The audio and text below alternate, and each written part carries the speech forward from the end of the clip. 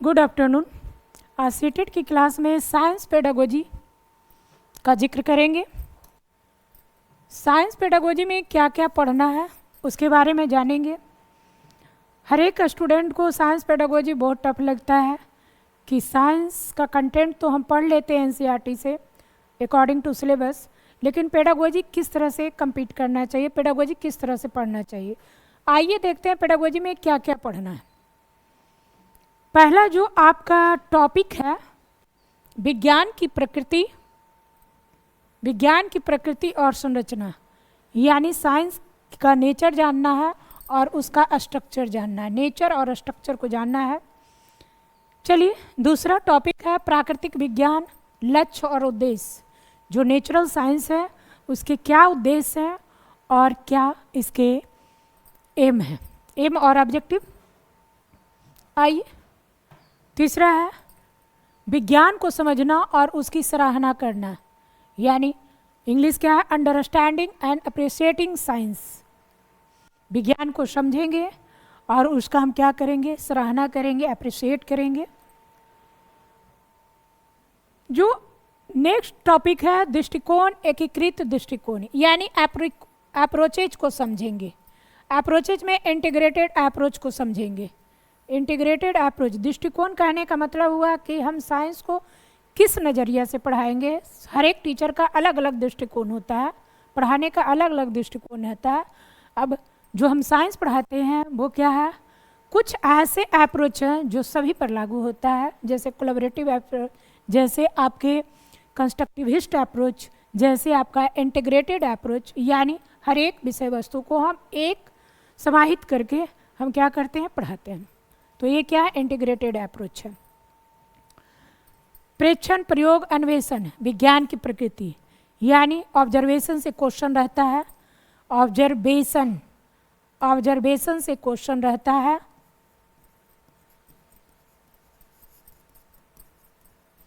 एक क्वेश्चन इससे रहेगा, हर एक सीटेट के पेडागोजी में साइंस के एक्सपेरिमेंट से आपके क्वेश्चन रहेंगे और डिस्कवरी से आपके क्वेश्चन रहेंगे, आपके डिस्कवरी से आपके क्वेश्चन रहेंगे,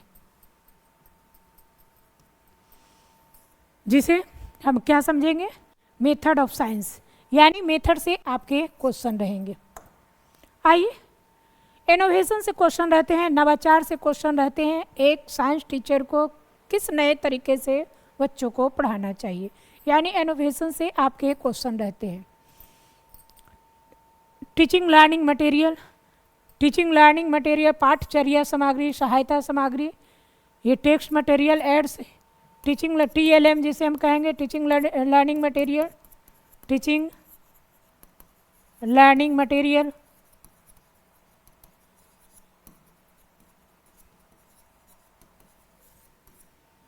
और मूल्यांकन में संज्ञानात्मक, मनोप्रेरक और आपका है भावनात्मक, छूट गया है, टैब में छूट गया है।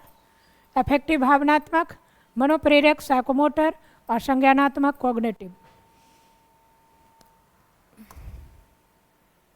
उपचारात्मक शिक्षण, रेमेडियल टीचिंग और समस्याएं, इस ये नहीं है, विविध नहीं, मिसलेनियस नहीं है, ये आपके समस्याएं तक है।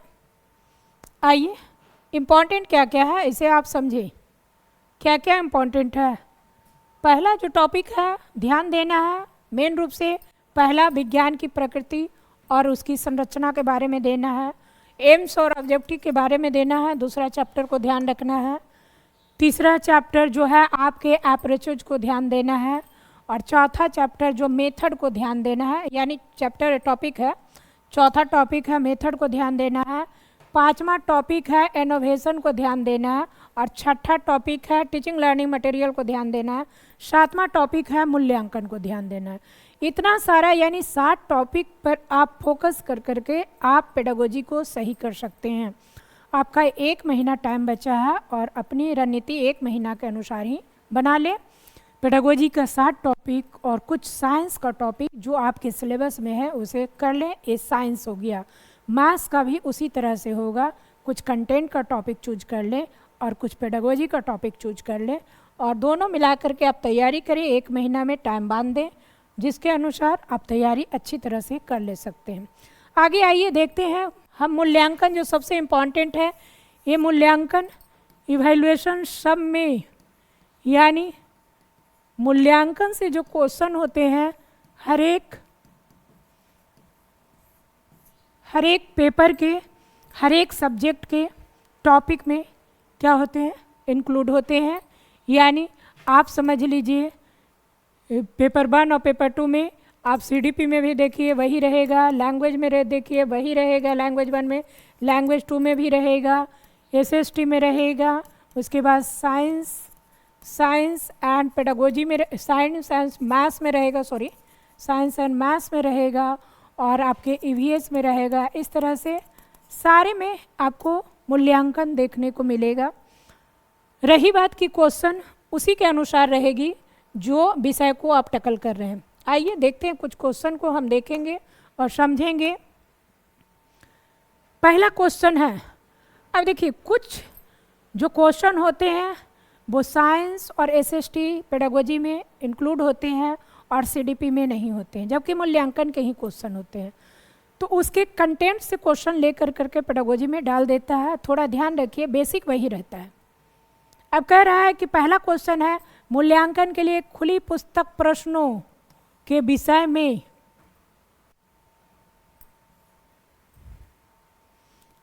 में क्या है, समर के विचार निम्नलिखित हैं। आइए, यानी विद्यार्थी स्टूडेंट के विचार क्या है, निम्नलिखित है। अब खुली पुस्तक प्रश्न का विषय जो है ओपन बुक क्वेश्चन सिस्टम,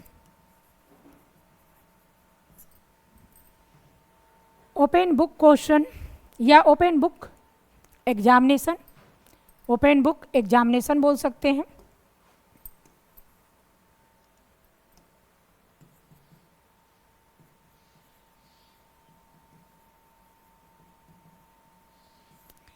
इससे आपके क्वेश्चन एसएसटी में भी आएंगे और साइंस के पेडागोजी में भी आएंगे, दोनों के पेडागोजी में आएगा। अब ओपन बुक एग्जामिनेशन या ओपन बुक क्वेश्चन सिस्टम है क्या? ओपन बुक कहने का अर्थ है कि जब आप एग्जामिनेशन हॉल में जाते हैं, एग्जाम देने जाते हैं, जब आपका मूल्यांकन होता है तो एक पुस्तक को लेकर के आप जाइएगा, एग्जाम दीजिएगा। अब कहिएगा कि मैडम जो हम पुस्तक लेकर के जाएंगे तो उससे क्या फ़ायदा होगा?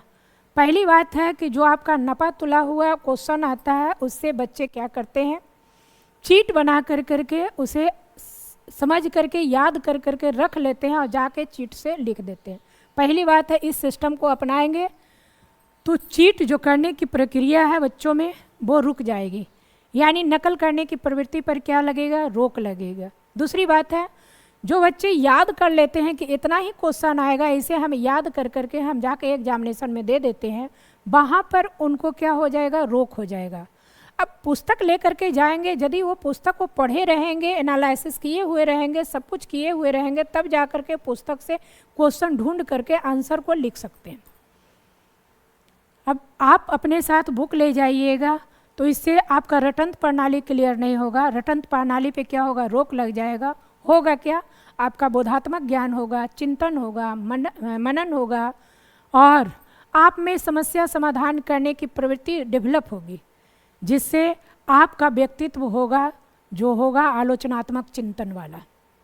आइए इसके हम क्वेश्चन को देखें। यह विद्यार्थियों में मूल्यांकन के भय को कम करता है, यह विद्यार्थियों को पुस्तक की खोज करने के पूर्ण अवसर देता है, यह किसी भी उत्तर को याद करने के भार को कम करता है और होनहार विद्यार्थियों के लिए अनुचित है। याद के भार को कम करता है लेकिन होनहार विद्यार्थियों के लिए अनुचित है, होनहार विद्यार्थियों के लिए तो उचित है। यहीं पर ये क्या हो गया, गड़बड़ हो गया, क्योंकि होनहार व्यक्ति में क्या होता है, बोध, चिंतन, मनन, समस्या समाधान इत्यादि की प्रवृत्ति होती है। अब ये क्या हो गया, ये खत्म हो गया। ए, बी और डी क्या कह रहा है, यह विद्यार्थी की संप्रत्यय समझ आकलन करने में मदद करता है, सही बात है, कंसेप्ट बनाने में मदद करता है। सी को छोड़ करके बाकी क्या है, ए, बी और डी आंसर है। तो ये आपका क्या होगा, चौथा आंसर होगा। यहाँ से आपके एक क्वेश्चन दम से ये भी आई है, एक क्वेश्चन आपके रहेंगे ही रहेंगे एसएसटी के पेडागोजी में और मूल्यांकन में और साइंस के। दूसरा आइए, यह विद्यार्थियों के विषय में सूचना एकत्र करने एवं प्रतिपादन करने का कृत्य है।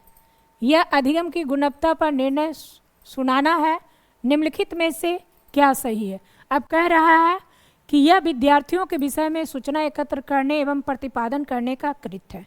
यह अधिगम की गुणवत्ता पर निर्णय सुनाना है। अब इसका ए भी दोनों मूल्यांकन की व्याख्या करता है, ए और बी दोनों आकलन की व्याख्या करता है। ए आकलन के विषय में है और बी मूल्यांकन के संदर्भ में है, और सी क्या है, मूल्यांकन के संदर्भ में है और बी आकलन के। अब समझिए, इसमें आकलन और मूल्यांकन दोनों दी गई है। अब इसमें मूल्यांकन क्या है, अंतिम रूप से है, आकलन क्या है, कक्षा कक्ष में है। अब कह रहा है यह विद्यार्थियों के विषय में सूचना एकत्र करने एवं प्रतिपादन करने का कृत्य है और यह अधिगम की गुणवत्ता पर निर्णय सुनाना है। अब अधिगम की गुणवत्ता पर निर्णय सुनाना है और इसका आंसर ए और बी दोनों क्या कर रहा है, मूल्यांकन की व्याख्या कर रहा है, आकलन की व्याख्या नहीं कर रहा है, मूल्यांकन की व्याख्या कर रहा है। यानी इसका आंसर क्या हो जाएगा, पहला हो जाएगा। यानी दूसरा का आंसर क्या हो जाएगा, पहला हो जाएगा। तीसरा क्वेश्चन है, निम्न में से कौन सा प्रश्न एक विवृतांत प्रश्न है। विवृतांत प्रश्न कहने का अर्थ क्या है, विवृतांत प्रश्न कहने का अर्थ है कि अब कह रहा है पृथ्वी से हम चंद्रमा का केवल एक पृष्ठ ही क्यों देख पाते हैं, चंद्रमा का आकार प्रतिदिन क्यों परिवर्तित होता है, चंद्रमा के समय क्या होता है, क्या होगा यदि चंद्रमा का घूर्णन और परिक्रमण अवधि भिन्न भिन्न हो। अब कह रहा है क्या होगा यदि चंद्रमा का घूर्णन और परिक्रमण की अवधि भिन्न भिन्न हो। पृथ्वी से हम चंद्रमा का केवल एक ही पृष्ठ क्यों देख पाते हैं, ये सही बात है, क्यों देख पाते हैं, क्योंकि दोनों का क्या है, दोनों का क्या है, एक है, घूर्णन और परिक्रमण क्या है, एक है। चंद्रमा का आकार प्रतिदिन क्यों परिवर्तित होते रहता है, अब परिवर्तित होते रहता है वो आपका अमावस्या पूर्णिमा के कारण। चंद्रग्रहण के समय क्या होता है, ये सब कॉज है, क्या होगा ये भी कॉज है, क्या होगा यदि चंद्रमा का घूर्णन और परिक्रमण अवधि भिन्न है, ये सबों से भिन्न है। वैसे ही क्वेश्चन को क्या कहेंगे, विवृतांत क्या होगा, चंद्रमा और परिक्रमण की अवधि भिन्न भिन्न हो जाएगी, एक होगी तो एक ही पृष्ठ दिखाई पड़ रहा है, तो भिन्न होगी तो बहुत परिवर्तन आ जाएगा। इसका आंसर क्या होगा, इस टाइप के क्वेश्चन का आंसर 4 होगा। अब कह रहा है असमनाल चुंबक एक अति प्रबल चुंबक है। असमनाल चुंबक के ध्रुव एक दूसरे के अति निकट है। अब ये मैग्नेट का क्वेश्चन है। अब मैग्नेट का क्वेश्चन है असमनाल, यानी कहने का मतलब क्या है, असमनाल चुंबक एक अति प्रबल चुंबक है, सही बात है। असमनाल चुंबक के ध्रुव एक दूसरे के अति निकट हैं। ए और आर असर्शन और रीजन दोनों सही है, लेकिन ए का सही स्पष्टीकरण नहीं है। ए और आर दोनों सही है, ए का सही स्पष्टीकरण आर है। ए सही है, आर क्या है, गलत है। और चौथा में क्या है, ए और आर दोनों गलत है। अब चौथा का जो आंसर आपका है, इसमें जो ऑप्शन है बदला हुआ है। ज़्यादातर ऑप्शन जो रहता है पहला रहता है ए और आर दोनों सही है, लेकिन ए आर की सही व्याख्या करता है जो पहला में रहता है, लेकिन इसमें दिया हुआ है पहला में नहीं है। यानी इसका आंसर क्या होगा, दूसरा होगा, ए और आर दोनों सही है और ए का सही स्पष्टीकरण आर करता है। यानी जब आपका क्वेश्चन आए एग्जामिनेशन हॉल में तो उसे सही तरह से देख लीजिए और समझ लीजिए, क्योंकि ऑप्शन कभी कभी क्या रहता है, हेर फेर रहता है। इसका दूसरा आंसर होगा, यानी दोनों असर्शन और रीजन एक दूसरे की व्याख्या करता है। अब कह रहा है पृथ्वी से हम चंद्रमा की जो प्रवस्थाएं देखते हैं वे सूर्य, चंद्रमा और पृथ्वी के सापेक्ष स्थितियों में परिवर्तनों के कारण होती है। निम्न में से कौन सा उपरोक्त के संदर्भ में सही है। अब देखिए, पूर्ण चंद्रमा, पूर्णिमा की बात बोल रही है, पूर्ण चंद्रमा पृथ्वी, सूर्य और चंद्रमा के बीच आ जाती है, सही बात है। अमावस के दिन चंद्रमा पृथ्वी सूर्य के बीच में होता है, सही है। पूर्ण चंद्रमा के दिन चंद्रमा पृथ्वी सूर्य के बीच में होता है। अमावस के दिन पृथ्वी, सूर्य और चंद्रमा के बीच में होता है। अब देखिए ये क्या कह रहा है। जब कह रहा है पूर्णिमा और अमावस्या, अब ऑप्शन में देखिए क्या क्या है। ऑप्शन में आपके कह रहा है पूर्ण चंद्रमा के दिन पृथ्वी सूर्य और मून के बीच आ जाती है, सही बात है।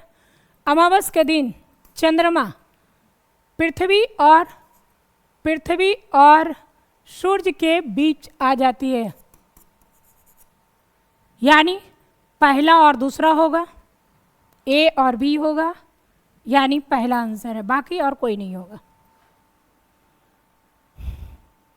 एक क्वेश्चन जो है बहुत इंपॉर्टेंट है, सब में इंपॉर्टेंट है, ज्योग्राफी में इंपॉर्टेंट है, आपके साइंस में इंपॉर्टेंट है, साइंस में पढ़ना है, साइंस में इंपॉर्टेंट है। यानी आपके पूर्णिमा और अमावस्या का है, सूर्य ग्रहण और चंद्र ग्रहण की बात आती है, वहाँ पर एक क्वेश्चन 1 नंबर का ज्योग्राफी में देखने को मिलता है, साइंस में देखने को मिलता है। इसका ए और बी सही है। निम्नलिखित में से क्या विज्ञान पाठचर्या की प्रक्रिया वैधता, यहाँ से आपके एक क्वेश्चन आते हैं। ये प्रक्रिया वैधता किस में है? मेथड में है, पढ़ना। मेथड से एक क्वेश्चन आपका रहता है। प्रक्रिया वैधता के अर्थ की सबसे अच्छी व्याख्या करता है। क्या व्याख्या करता है? छात्रों को उन तरीकों में संलग्न होने का अवसर देना चाहिए जिनसे वैज्ञानिक विषय वस्तु क्या होती है? सृजित होती है। पहला ही ऑप्शन तो साइंस से आ गया, वैज्ञानिक विषय वस्तु क्या होती है? सृजित होती है, और छात्रों को अवसर देना ही चाहिए। चलिए दूसरा भी देख लेते हैं। छात्रों को विज्ञान की पाठचर्या के विकास में विभिन्न संस्थाओं की भूमिका से परिचित करवाना चाहिए। क्यों हम परिचित करवाएंगे? वैध होने के लिए स्कूली विज्ञान की पाठचर्या को निर्धारित चरण क्रम से गुजरना चाहिए, कोई फायदा नहीं है।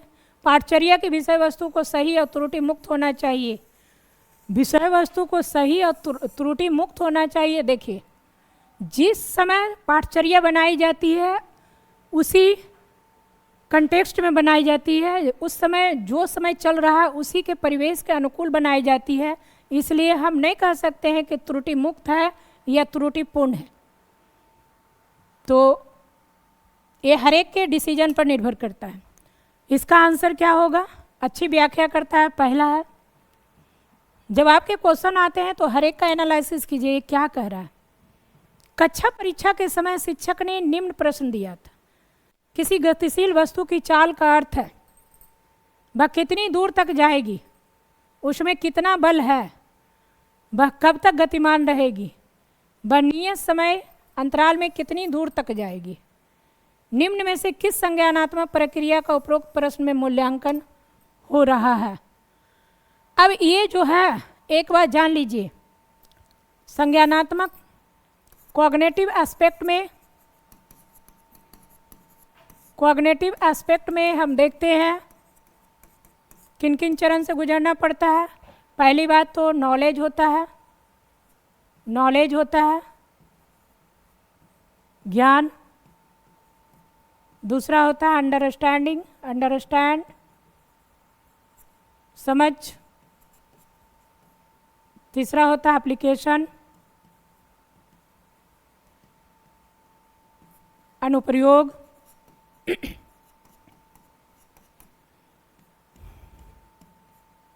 चौथा होता है एनालिसिस, विश्लेषण। पांचवा होता है सिंथेसिस, संश्लेषण। और छठा होता है मूल्यांकन, इवैल्यूएशन, मूल्यांकन। ये बहुत ही इम्पॉर्टेंट है, ये जो बता रहे हैं ये भी आई है, एक किसी ना किसी रूप में क्वेश्चन पूछ देता है, किसी ना किसी रूप में क्वेश्चन पूछता है कॉग्निटिव एस्पेक्ट से। स्टेप के बारे में पूछेगा, इसके स्टेप का जो विभिन्न पॉइंट है उसके बारे में पूछ देगा। जैसे ये पूछा संज्ञानात्मक प्रक्रिया का उपरोक्त प्रश्न में मूल्यांकन कीजिए।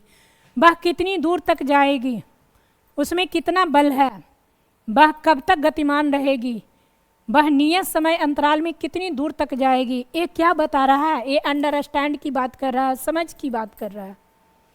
आइए इसमें हम टिक लगाएं।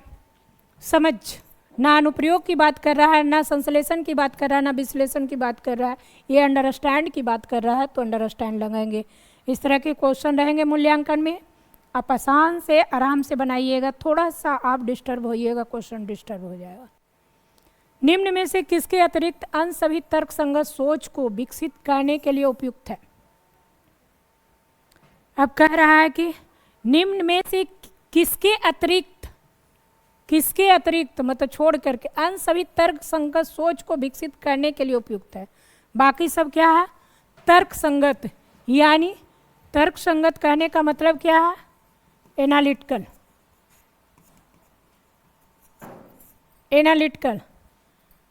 यानी ये आपका लॉजिकल रीजनिंग पर ध्यान देगा। अब आइए, संदेहवाद को प्रोत्साहित करना होगा, विवादास्पद मुद्दे से बचना, कारण और परिणाम संबंधों को खोजना। ये सारे तथ्यों को आप क्या कीजिएगा? आप सारे तथ्यों को समझेंगे। अब कह रहा है विवादास्पद मुद्दों से बचना, जो विवाद है उसके मुद्दों से बचना। इसके अतिरिक्त कह रहा है तो संदेहवाद को प्रोत्साहित करना, उसको छोड़ करके बाकी ये क्या है? पहला ऑप्शन है, बाकी सब क्या है? तर्कसंगत सोच करेगा। विवादास्पद मुद्दों से बचना, यानी मुद्दे से क्यों बचेगा? क्योंकि ये सोच लिया कि ये गलत चीज़ है, यानी गुण और दोष क्या? दोनों यहाँ पर रहेगा। कारण और परिणाम, कॉज और इफेक्ट, यहाँ पर भी ये आपका विश्लेषणात्मक करेगा। विश्वसनीय वैज्ञानिक साहित्य, यानी कहने का मतलब क्या है? रिलायबिलिटी, साइंटिफिक थॉट को विकसित करेगा, वहाँ पर भी एनालिसिस करेगा। 9वां, प्रभावपूर्ण सहयोगात्मक कोलैबोरेटिव अधिगम को प्रोत्साहित करने के लिए समूह कैसा होगा? ये बहुत ही VVI है। ये आपके SST में भी क्वेश्चन आते हैं, आपके CDP में भी क्वेश्चन आते हैं, आपके EVS में भी क्वेश्चन आते हैं, आपके लैंग्वेज में भी क्वेश्चन आते हैं, और आपके साइंस और मैथ में भी एक क्वेश्चन आते हैं। एक क्वेश्चन जरूर रहते हैं यहाँ पर से, ध्यान दीजिएगा। ये पेडागोजी है, ध्यान दीजिएगा। कह रहा है कोलैबोरेटिव लर्निंग। कोलैबोरेटिव लर्निंग कैसा होना चाहिए? कोलैबोरेटिव लर्निंग वाइगोत्स्की का दिया हुआ है। कोलैबोरेटिव लर्निंग कैसा होना चाहिए? जब हम ग्रुप बनाएंगे, समरूप बनाएंगे, छोटा बनाएंगे, विषमरूप बनाएंगे, बड़ा बनाएंगे, तो नहीं, समरूप और बड़ा बनाएंगे। एक ही तरह के बच्चे और क्या होगा? बड़ा होगा। जब भी कोलैबोरेटिव लर्निंग करवाएंगे तो एक ही तरह के बच्चे होंगे और बड़ा ग्रुप बनाएंगे। चलिए, निम्नलिखित में से क्या छात्रों को उपचारात्मक शिक्षण से संबंधित सुझाव देने में मदद करेगा? क्या करेगा? उपचारात्मक शिक्षण, जब निदानात्मक मूल्यांकन होता है तब उपचारात्मक शिक्षण होता है। तो आपका क्या है? चौथा ऑप्शन है, इसका चौथा ऑप्शन होगा। विज्ञान की कई पाठ्य पुस्तकें जैसे कि NCERT की संबंध पाठ में अनुपूरक सूचनाएं जैसे कि दंत कथाएं, कहानियां अनूठे तथ्य देती है। इनके संदर्भ में निम्न में से क्या सही नहीं है? अब क्या सही नहीं है? नहीं को आप क्या कीजिएगा? नहीं को आप यहाँ पर आकलन करिएगा। अब नहीं में क्या है? ये बच्चों के लिए अनुपूरक पाठ सामग्री की कमी को पूरा करेगा। ये विद्यार्थियों को मूल्यांकन में सहायक है। कह रहा है नहीं। कौन इसमें से नहीं है? ये विद्यार्थियों के विषय में रुचि जागृत करने में सहायक होगा। सही बात, तो रुचि जागृत करने में सहायक होगा। ये विज्ञान की प्रकृति को समझने में मददगार होगा। सही बात है, प्रकृति को समझने में मददगार होगा। ये बच्चों के लिए अनुपूरक पाठ सामग्री को कमी को पूरा करेगा। सही बात है। ये विद्यार्थियों को मूल्यांकन में सहायक होगा। यही एक गलत है।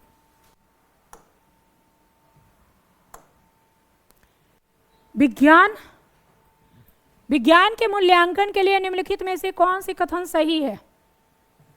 विज्ञान के मूल्यांकन के लिए निम्नलिखित में से कौन से कथन सही है? वस्तुनिष्ठता और समतुल्यता के लिए सभी विद्यार्थियों को एक ही प्रकार के कार्य देना चाहिए। उत्तरों के मूल्यांकन में सही वैज्ञानिक शब्दावली का उपयोग एकमात्र मानदंड होना चाहिए। विद्यार्थियों का अपने उत्तरों के लिए दिया गया तर्क मूल्यांकन का एक आधार होना चाहिए। अब देखिए क्वेश्चन क्या कह रहा है, कौन सा कथन सही है। वस्तुनिष्ठता और समतुलता के लिए सभी विद्यार्थियों को एक ही प्रकार के कार्य देना चाहिए, कार्य तो नहीं देना चाहिए। उत्तरों के मूल्यांकन में सही वैज्ञानिक शब्दावली का उपयोग एकमात्र मानदंड है, ये भी बात नहीं सही है। तीसरा क्या है, विद्यार्थियों का अपने उत्तरों के लिए दिया गया तर्क मूल्यांकन का आधार होना चाहिए, सही बात है, यही है। सी ऑप्शन, केवल 4 ऑप्शन होगा। विद्यार्थी अपने जो उत्तर दिया है उसका तर्क सही होना चाहिए, तो ये क्या, मूल्यांकन का एक आधार होना चाहिए।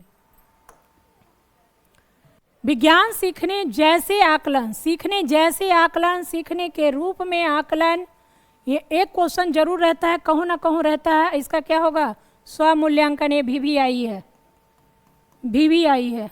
यहाँ से आपके एक क्वेश्चन रहेंगे ही रहेंगे, स्व आकलन।